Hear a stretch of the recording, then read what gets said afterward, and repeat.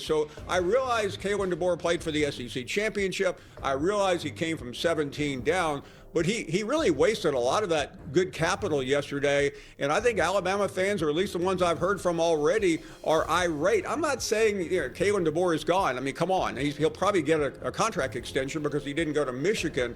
But there are very few Alabama fans today who believe he can win a national championship. And as all of you know, Alabama is not judged by looking good and by winning 10 games. They are judged by national championships, and that's the concern today, that he can't do it. Kalen, the state of Alabama football right now is realizing that all of their championship relevance relies on ghosts. It relies on ghosts of people who have statues on that campus, like Wallace Wade and guys like Bear Bryant, obviously Nick Saban. This feels much like the vast land of championships from 1997 to 2006. And Paul, you've been covering them forever. Cam, you played at Auburn. You know what it was like from the time that Gene Stallings walked out of Tuscaloosa until Nick Saban came, right? They got names like Dubose and Franchione and names like Mike Shula. All of those coaches who we knew had no shot at winning a national championship. That's where this team is. The reason that we talk about Alabama is because of what Nick Saban did, but Nick Saban ain't walking through that door right now. And it's not just about the way or when Alabama doesn't win a championship. It's about the way it looks. It's about the way, how prepared are you? How do you execute? How tough is your team? How resilient is your team? How does your team respond to adversity? And when it's going bad, the thing that always happened at Alabama was the camera scanned from the field to the head coach. And the head coach always looked like he had answers when it was Nick Saban. And when Nick Saban didn't have the answer, you knew one thing: those headphones was going to fly and somebody was going to get their ass chewed out. Kalen DeBoer looked like he ain't have a clue yesterday. And that's Alabama's biggest problem right now. Cam? So when you start to think about, the state of Alabama, I think one thing people must understand is Nicholas Lou Saban Jr. is not coming back. And it's time for everybody to turn the page. His dominance should utterly be always appreciated, should always be looked at as a way to kind of measure certain things. But it's over. His dominance and his greatness as a coach is so great that all four head coaches that's in this year's college football semifinals had some type of stint under his coaching staff. That's Mario Cristobal. You had Dan Lanning in Oregon. You had Kurt Cignetti, obviously at Indiana, and Pete Golding at one particular point in time learned up under Coach Nick Saban. That's how great he is. It's no wonder why we look at Alabama the way we look at Alabama. It's because of the head coach, former head coach.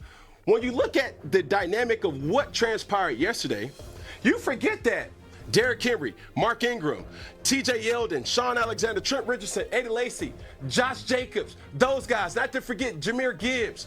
They did not run the football. You had a team that whooped you who ran the football 50 times. It's the optics of what people look at. And when you start to measure Alabama as a whole, let's stop comparing Kalen DeBoer to an unrealistic expectation in Nicholas Saban. Let's start to say, hey, this coach has to find his own way and his own identity. Because what we've seen in the last couple of games or throughout this past season is he gets mollywopped in the SEC championship, and the last time we saw the Alabama Crimson Tide play, he got mollywopped again, with no utter sense of identity. And that's alarming, and that's something to keep an eye out on as we see Alabama moving forward. I want to drill down on this further because you all said things that were poignant here. Paul, Alabama fans don't respect Indiana. Cam, the optics of how they lost this game. RC, the way that it looks. Stephen A., the ass kicking that we saw. Yeah. This is not just any loss, guys. This was 38-3. How bad, in actuality, is that part of it, the way that they lost? Yesterday you definitely came into work with a little spunk, right? Like you had a feeling, right? But you had a feeling based on the perception of the world, not based on who Indiana was. You knew who Indiana was, right? You knew how physical they were. You knew how well coached they were. But everybody in Alabama, everybody in Louisiana, everybody in Georgia, and we all know this, Paul, we know this, Cam, we feel like football was invented in the South. And because it was invented in the South, and because it's the way we all wake up on every Saturday, on every Friday, on every Sunday, we think that we own it. So when Curt Cignetti walks in with these guys from Indiana, with that team that wears striped warm-ups when they play basketball, we thought to ourselves, oh, wait, there's no way they're going to define what football is in college now. But they did. And they did it against Alabama. And for whatever reason, or for whatever you think, for the last 2 decades, Alabama defined what football looked like. If you beat Alabama, you were now considered a good team. You were now considered a university and a program that was respectable. That wasn't a beating. That was an ass whipping. That was something you don't come back from. That was something that changes programs, and it's changed Indiana. And I know Alabama fans now know beyond a shadow of a doubt that this team is not ready to compete for a championship.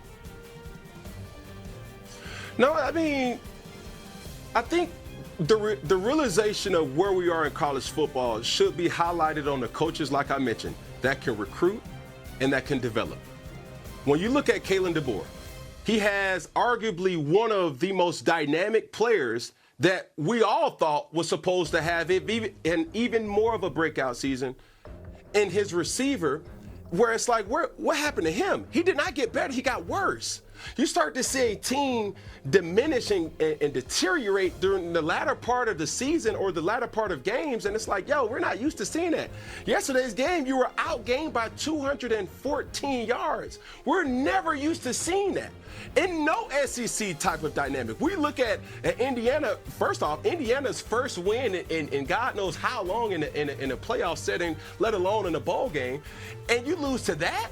It's different. Why? Because you have the transfer portal. Why? Because you have NIL. Right? Why? You have so many different determining factors that you have to say, hey, let's get back to the nuts and bolts. And does our coach recruit? And does our coach develop?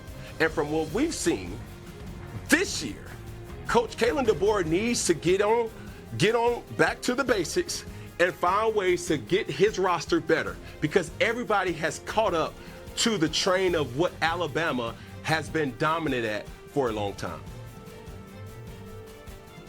And Cam, finally, one thing Alabama used to do, and I say used to do in past tense, they used to often win because of who they were. They were like Tiger Woods on the first tee in the final round of a major. They intimidated you. They don't intimidate anyone anymore, and that's really the sad part of this 2-year Kalen DeBoer experiment. The mystique